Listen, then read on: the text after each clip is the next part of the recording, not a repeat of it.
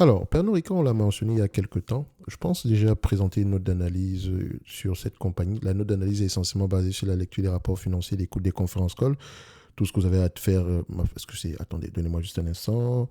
Note.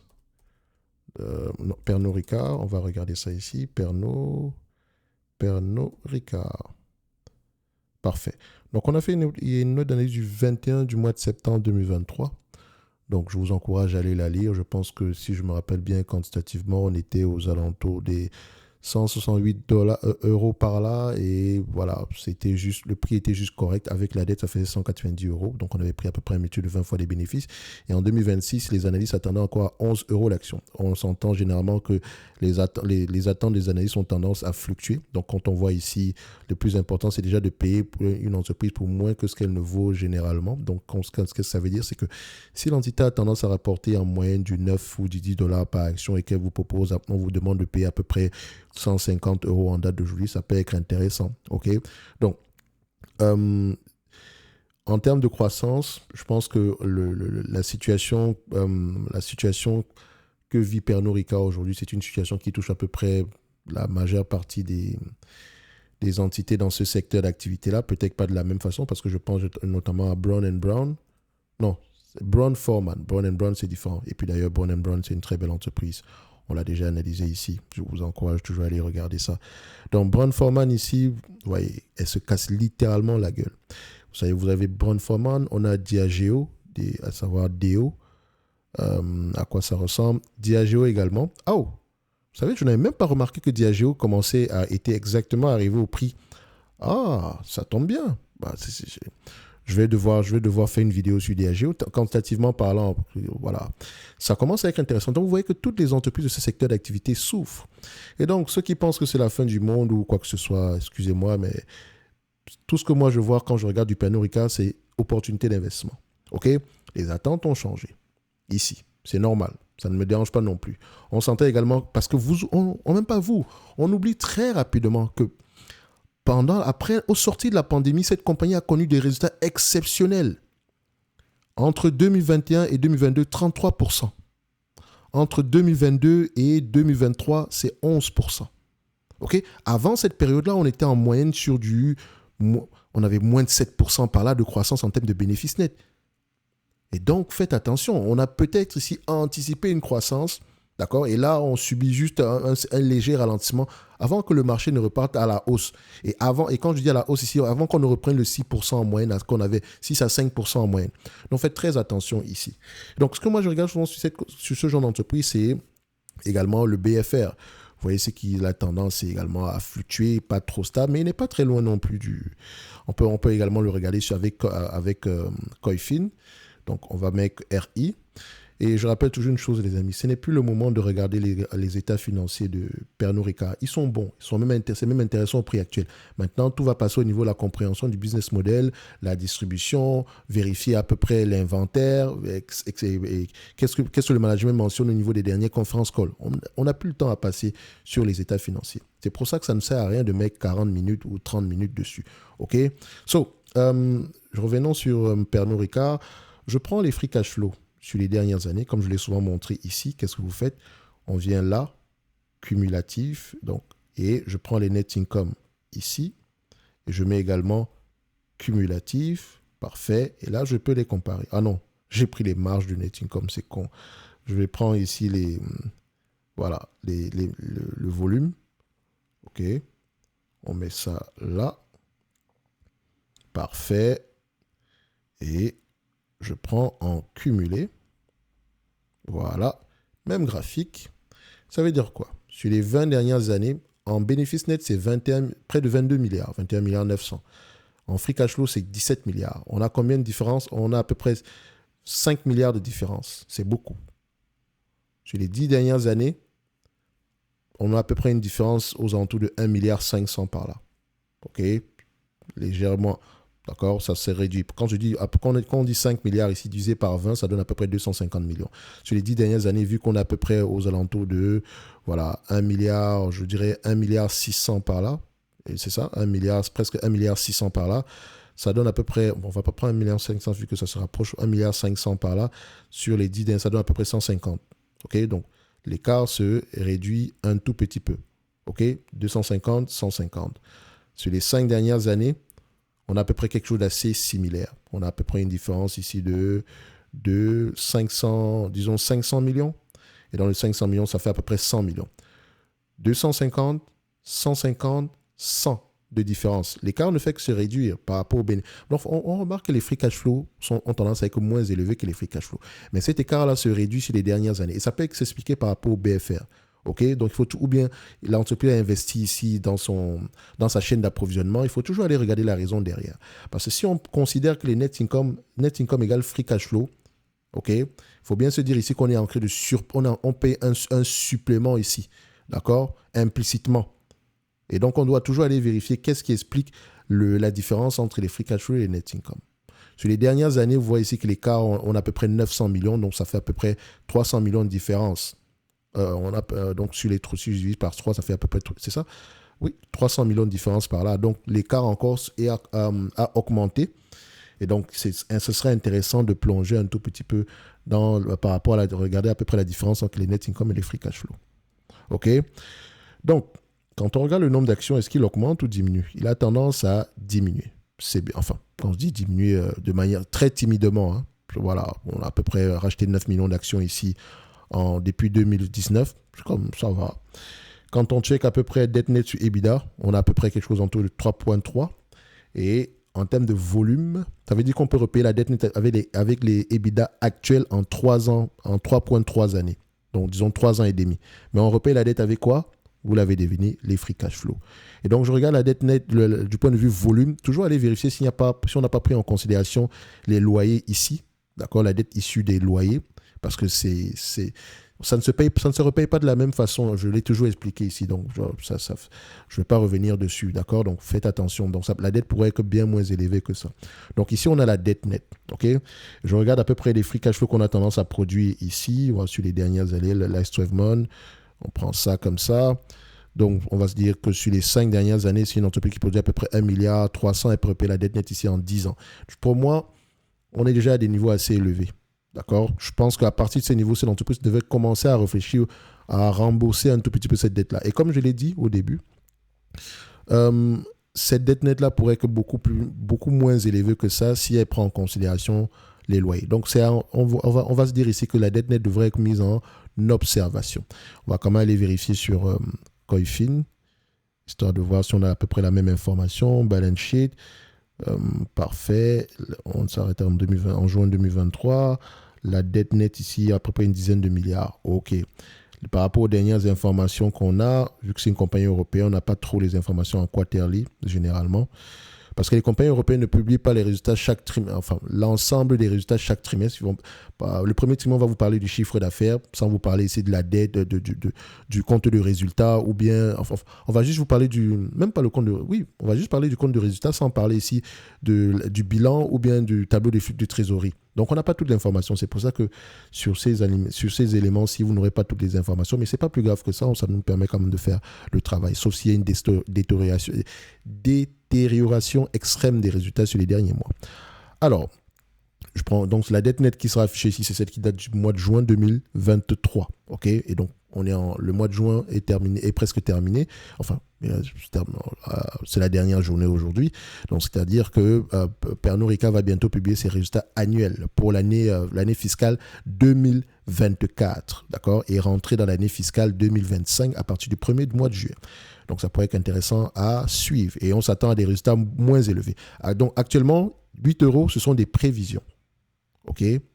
Et ce sont des bénéfices nets ajustés. Ce sont des prévisions. Du point de vue bénéfice net, du point de vue free cash flow, on s'attend à peu près à du 3,95 €. Et donc, on doit vérifier. On a une différence de plus de 50% ici par rapport aux prévisions. Donc, on va aller vérifier si ça n'a pas un effet. Ce n'est pas lié à un effet par rapport à l'inventaire. Il me semble qu'il y a une raison par rapport à ça.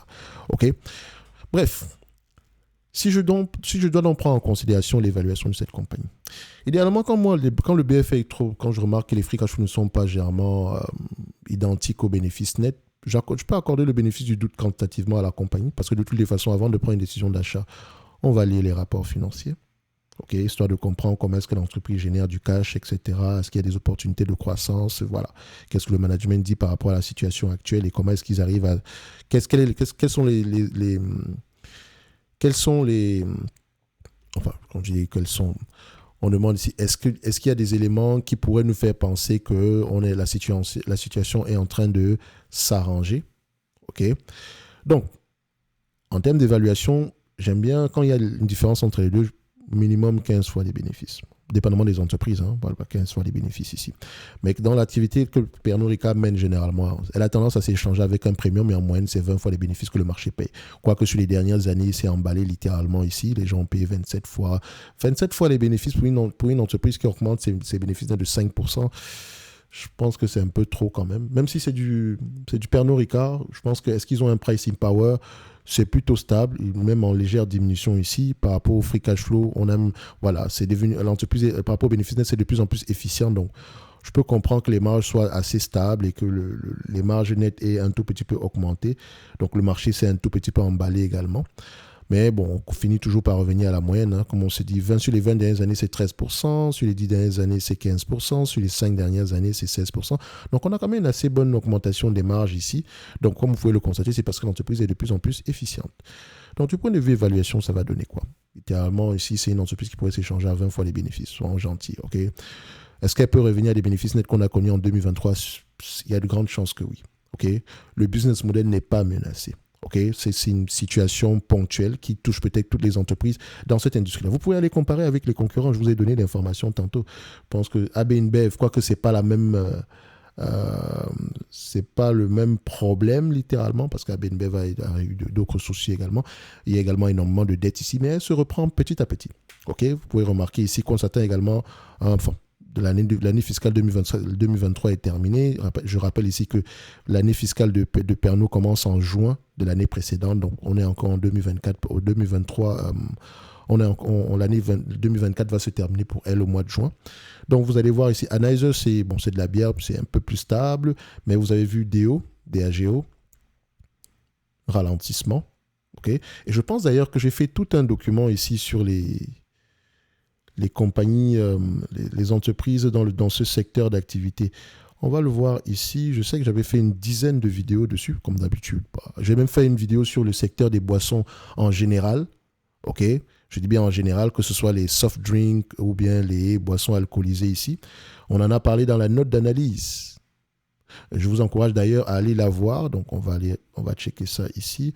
Je cherche à peu près la vidéo en question. Désolé, parce que voilà, ça va se faire en live. Les aléas du direct, c'est également l'inconvénient quand on fait beaucoup de vidéos. Non, ça c'est Group One. Alors, on va la retrouver ici. Voilà. À partir d'ici, j'avais parlé de Boston Beer, Brown-Forman, Carlsberg, Campari, Heineken. J'ai fait une analyse sur l'industrie des boissons. Je vous encourage à aller regarder. D'accord? Toujours intéressant. Et je rappelle ici qu'en lien dans la description de la vidéo, vous pouvez avoir accès au service Top Premium. À ce niveau-ci, vous retrouvez les analyses sectorielles. Okay. Vous avez également la watchlist. Et, par exemple, vu que Pernod va faire partie de notre watchlist, je vais mettre mon price target et vous pouvez identifier directement en un coup d'œil si Pernod est sous-évalué ou pas. Parce que si je viens, par exemple, dans ma watchlist qui apparaît ici, non, elle apparaît plutôt à ce niveau. OK. Si je prends ma watchlist, si l'entreprise, par exemple, Évolution AB, je considère qu'elle est sous-évaluée 90% par rapport au prix actuel, donc ça peut être intéressant. Je considère que Hermès, le prix actuel n'est pas intéressant, donc vous pouvez le voir directement. Et si vous n'êtes pas d'accord, vous pouvez aller voir la vidéo qui vous explique pourquoi est-ce que j'arrive à ce prix-ci. OK, comme ça, vous savez quelle entreprise pourrait être intéressante au prix actuel. Je remarque que LVMH, c'est assez intéressant maintenant, à 20 fois, et on s'attend à 20 fois les bénéfices en année N+3. Donc, ce n'est pas une opportunité exceptionnelle, mais voilà, on ne surpaye pas non plus. OK, donc ça pourrait être intéressant, une ouverture juste pour un suivi, ça pourquoi pas. OK, donc voilà, vous avez, avec la watchlist, vous pouvez voir tous ces éléments-là. Et s'il faut mettre à jour ici, vous avez juste à m'envoyer un message et ça va être fait. Donc, pour revenir à Pernod Ricard, OK, c'est beverage. Donc, beverage ici, ce qui est simple, on va avoir tendance à l'évaluer quantitativement. 20 fois les bénéfices, vous avez remarqué que par rapport à la dernière vidéo, ça a changé. Attention, je reviens ici à RI. Et je rappelle que Diageo peut être intéressante également au prix actuel. Hein. Donc, allez-y, regardez un tout petit peu, juste pour regarder les free cash flow ici. C'est la même chanson, hein. La plupart de ces entreprises ont des problèmes. Pas des problèmes, mais le BFR impact, le besoin en fonds de roulement impacte généralement ici. Le besoin en fonds de roulement, c'est la variation, l'inventaire, les payables, les recevables ici. Voilà, d'accord? C'est vraiment cette variation-là qui impacte négativement ces compagnies-là. Donc, de temps en temps, ils gagnent plus d'argent en termes de free cash flow par rapport aux bénéfices. Et certaines années, la majeure partie du temps, c'est moins parce qu'il y a souvent cette variation-là. OK? Si on prend du Pernod Ricard, 20 fois les bénéfices par rapport aux bénéfices attendus ici. Hein. Si je suis trop difficile, je prendrais même 20 fois les bénéfices et en me basant sur les bénéfices 2023, ce qui est possible déjà, ça sera mon premier niveau. Si elle peut arriver à ces niveaux-là, on aura un prix aux alentours ici des $180. Donc, si je vais juste, il faut juste que, c'est juste pour vous expliquer la raison pour laquelle ça ne me dérange pas non plus de prendre €13, mais tout en faisant attention. OK? Parce qu'il faut se dire ici que ça prend en considération une éventuelle croissance. Et actuellement, on a un ralentissement et rien n'exclut que le prix de l'action aille plus bas que ça. Moi, mon premier niveau ici, c'est de revenir au moins à ce qu'on a connu en 2023. Est-ce que c'est possible?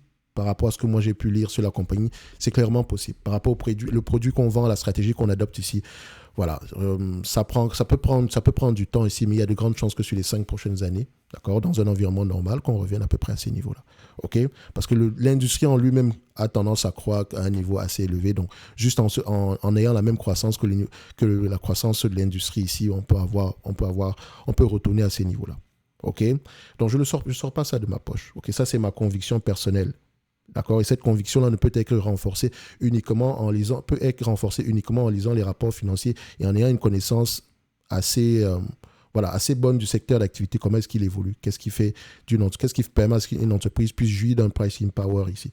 C'est ce qu'on s'efforce généralement de faire sur les notes d'analyse ou bien sur, par exemple, quand je faisais une vidéo sur les 5 forces de porteurs quand j'ai étudié l'environnement concurrentiel pour le secteur aérien, une vidéo qui n'a pas plu à grand monde ici, on peut aller la revoir, hein. Pour moi, je considère que ce sont les vidéos les plus importantes, littéralement.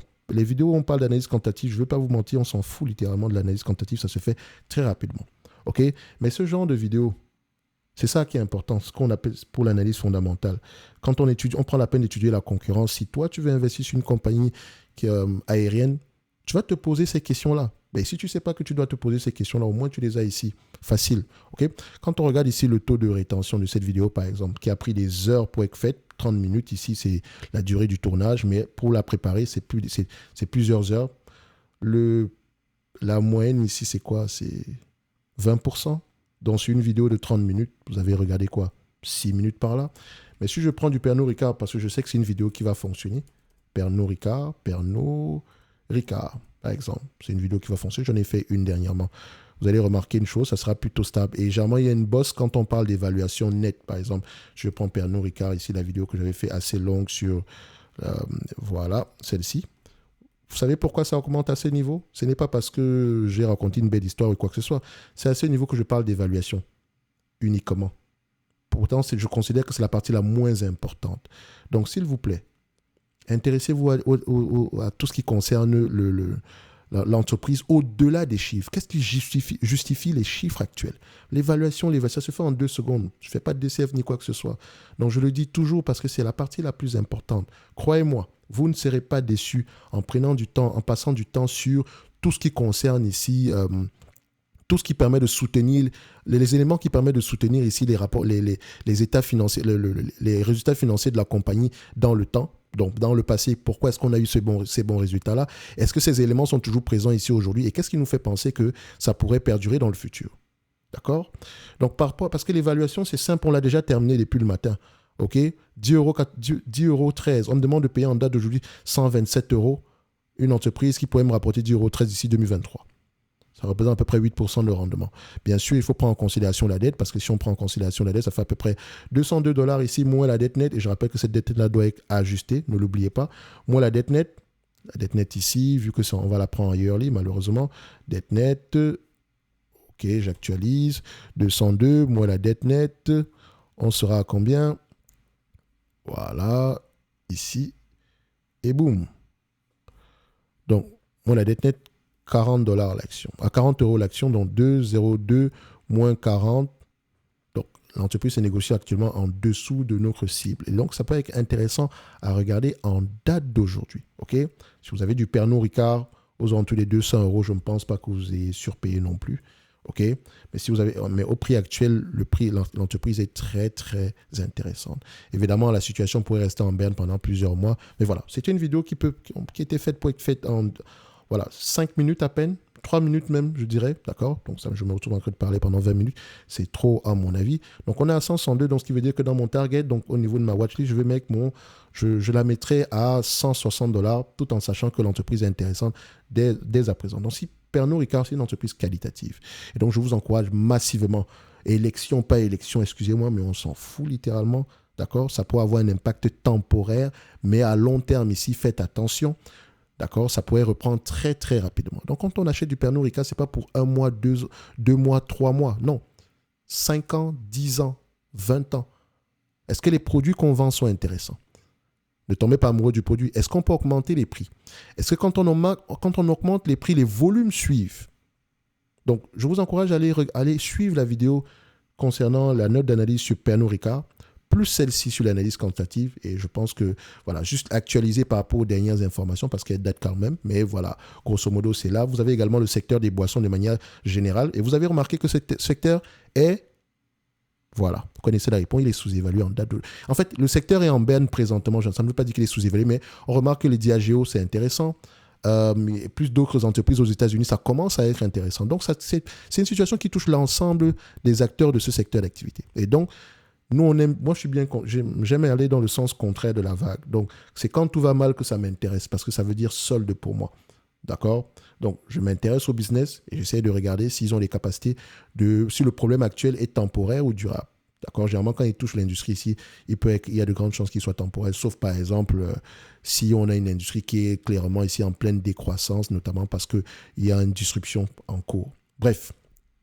Thème d'évaluation, c'est ce que je peux dire. Donc, n'oubliez pas, en description de la vidéo, vous avez 25% pour Fastgraph, pour ceux que ça intéresse.